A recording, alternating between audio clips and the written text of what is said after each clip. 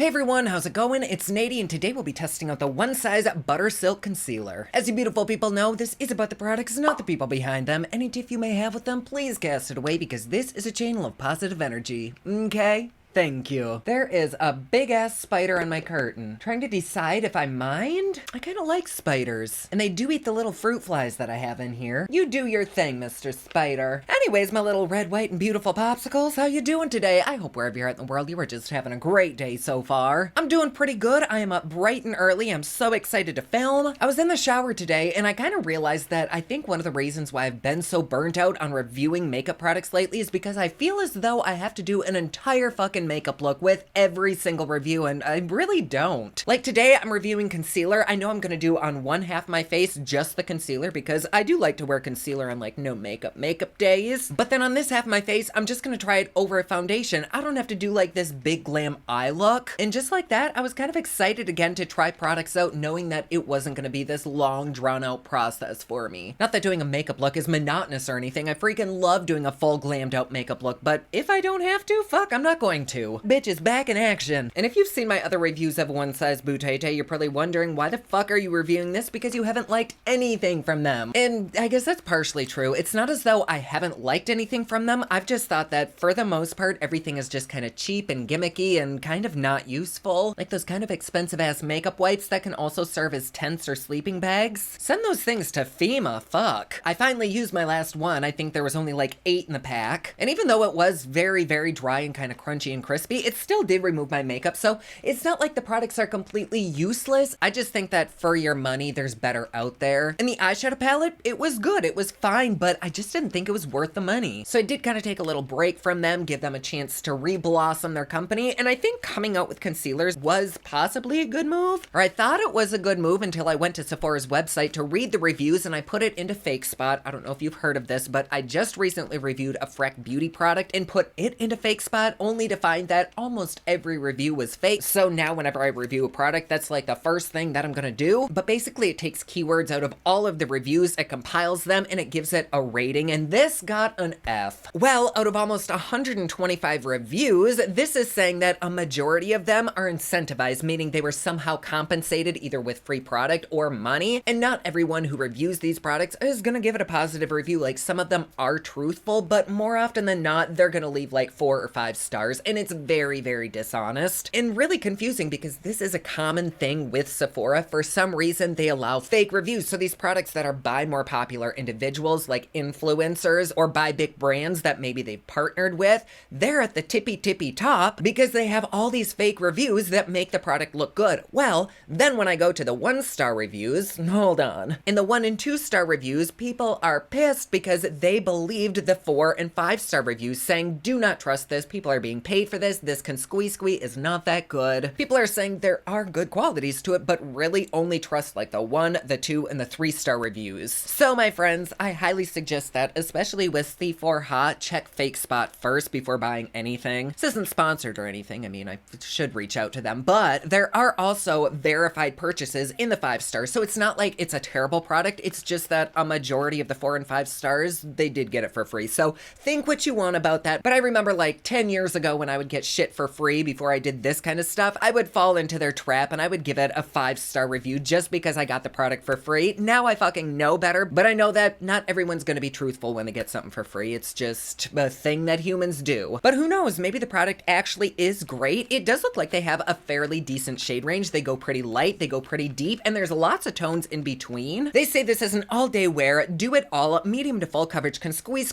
that acts as the most targeted texture solver, gliding on skin like butter on toast. Ooh, now I'm hungry. It's full coverage, matte finish. They say it works with pretty much every skin type. And these little babies are $25 a piece. I got the shades medium 1N and medium 1N. Did I order 2 of the same thing? I know for a fact I fucking didn't. Is that what they sent me? Oh. That's very weird. I definitely ordered 2 different shades, both of which are now out of stock, but they sent me 1 shade, so cool. Well, today we're gonna try medium 1N. Hopefully that matches me. Actually, you know, we might be good. Why does it look gray? It also does look very, very yellow, so we'll just see how it looks on my skin tone. A cute packaging though, it looks like a lipstick tube. And let's just dive right into this. I did wash my face and exfoliate just about maybe 45 minutes ago. I applied my moisturizer, and then I went in with my Uma by Sharon C vitamin C serum, as well as a little bit of Laura Mercier foundation primer. That should be good and sunk in, and we're a little bit tacky still. Tacky like my dad jokes. All right, well, let's just do it to it. I'm gonna take a little bit and just...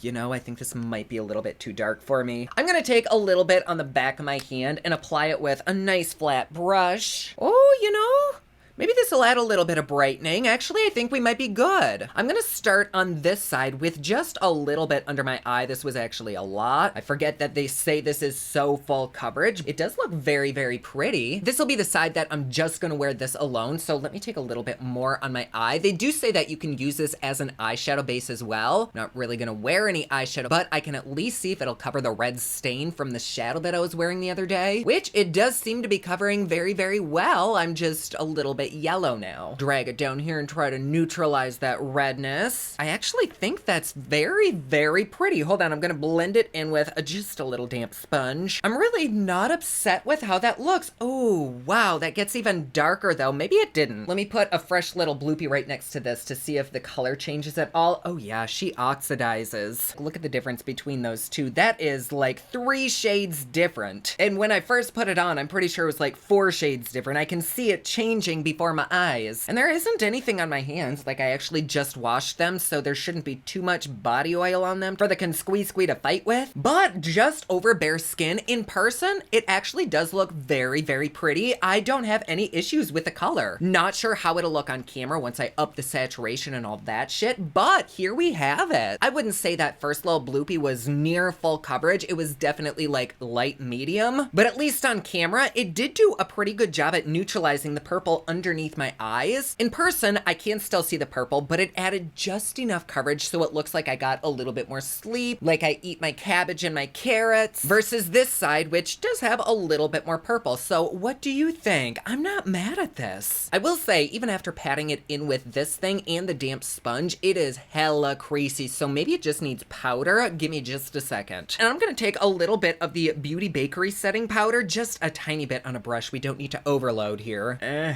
Together though, they are a little bit drying, but it's really not that bad. You would have to be pretty fucking close to me to actually see the drying or have cat-like vision. I'm not mad at this at all. What do you think? It is really pretty. Is it something that I couldn't find from a different brand for less expensive?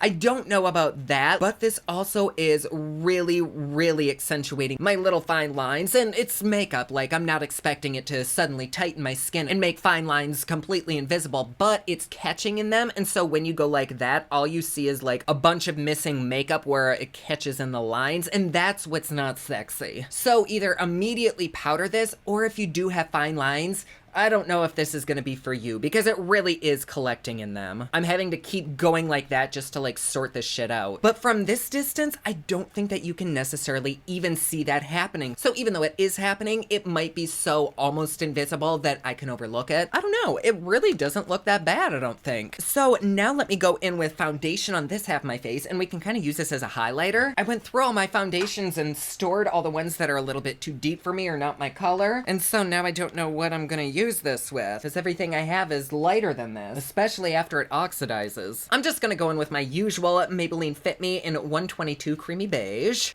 Creamy. And I've learned to kind of go in fairly sparingly with this, so we're just gonna do a light layer of it on this side of my face. It really is quite beautiful. I totally recommend. Every time I use this during a review, I end up talking about this more than the actual fucking product. And with this, I'm gonna take a few little bloopies right there. I'm gonna kind of guide this into the place that I want it to be in. And then I'm just gonna blend it out with a damp sponge. Well, that is pretty, but I actually think this soaked up most of the product, so let me go in with a little bit more. Okay, we'll try this. These two products seem to be playing together very, very well, like they're melting into each other, and the color match actually isn't that bad. Like, it is a little bit lighter than the foundation, so it kind of looks highlighted under my eyes. That's really pretty. I do, however, instantly see this creeping into my fine lines and doing that weird thing where it like settles into them, and then when you press your skin, there's like no makeup in your little wrinkles. So let me tap this out, and while I'm tapping this out, I'm gonna prepare my powder. And this time I'm gonna take it with a dry sponge and press it into place, because sometimes just setting powder really doesn't cut it for me. I have to press this shit in to lock it. I know if you watch like Instagram and TikTok, this method really isn't popular anymore, but there are no rules in makeup. There definitely are better ways than others to apply things, but also sometimes those ways don't work for everyone. It's one of the fun things I love about makeup, because even though it's used all around the world and is like universally loved, the products and the application methods aren't universal, and so we're always learning, we're always trying new things. Just figure out what works best for you. Sometimes pressing a powder in or caking that shit on is gonna be what works best for you. It might not work best for others though. Okay, so we're gonna have to get really, really close, because I am definitely seeing some things. I don't know if it's the powder. Like, anytime I've used this, it's really not dried me out. I think on camera, this does actually look very, very pretty, so if you're into photography, this might be a good option for you. But on the side with the Consquisqui and the powder, it does look like I'm wearing a Consquisqui. Like, it's drying, it's a little bit cakey. It's doing that thing where it kind of like clumps up but separates at the same time, and that's like the dead giveaway that you're wearing a concealer. And I've only had this on for like 10 minutes and it already looks like I've been wearing this for quite a while. Yeah, I don't know if you can see that, but it just makes me look a little bit older than I actually am. Yes, it is concealing. Oh, fuck, I probably sound crazy. I can see it much more on this side. Like, it is just really, really aging me. Let me see if I can shine a light so that we can see better. Actually, no, why don't I turn a light off? Hopefully you're able to see all of this dryness and the texture that's underneath my eyes. It's not terrible, it's just that it's noticeable. And it's definitely the first thing that I notice, which kind of does make it terrible, I guess. You know what? On this side of my face, I'm actually gonna wipe this off, just gently with a dry makeup eraser so that there's no makeup remover on my skin. All right, we are fresh and clean. I think I'm actually gonna try this with a different setting powder. This time I'll try my Laura Mercier. I was just trying to use different products for you today, but I guess that didn't work. Okay, so let's go in with a few little droppies of this. This time I'm gonna blend it out with a damp sponge. See, like that color that it is right now, I wish that it would stay like that because it is perfect, but it really does oxidize quite a bit. Okay, so there we go, there we go, there we go. Now I'm gonna take some powder, kind of tap it on, really get up in there.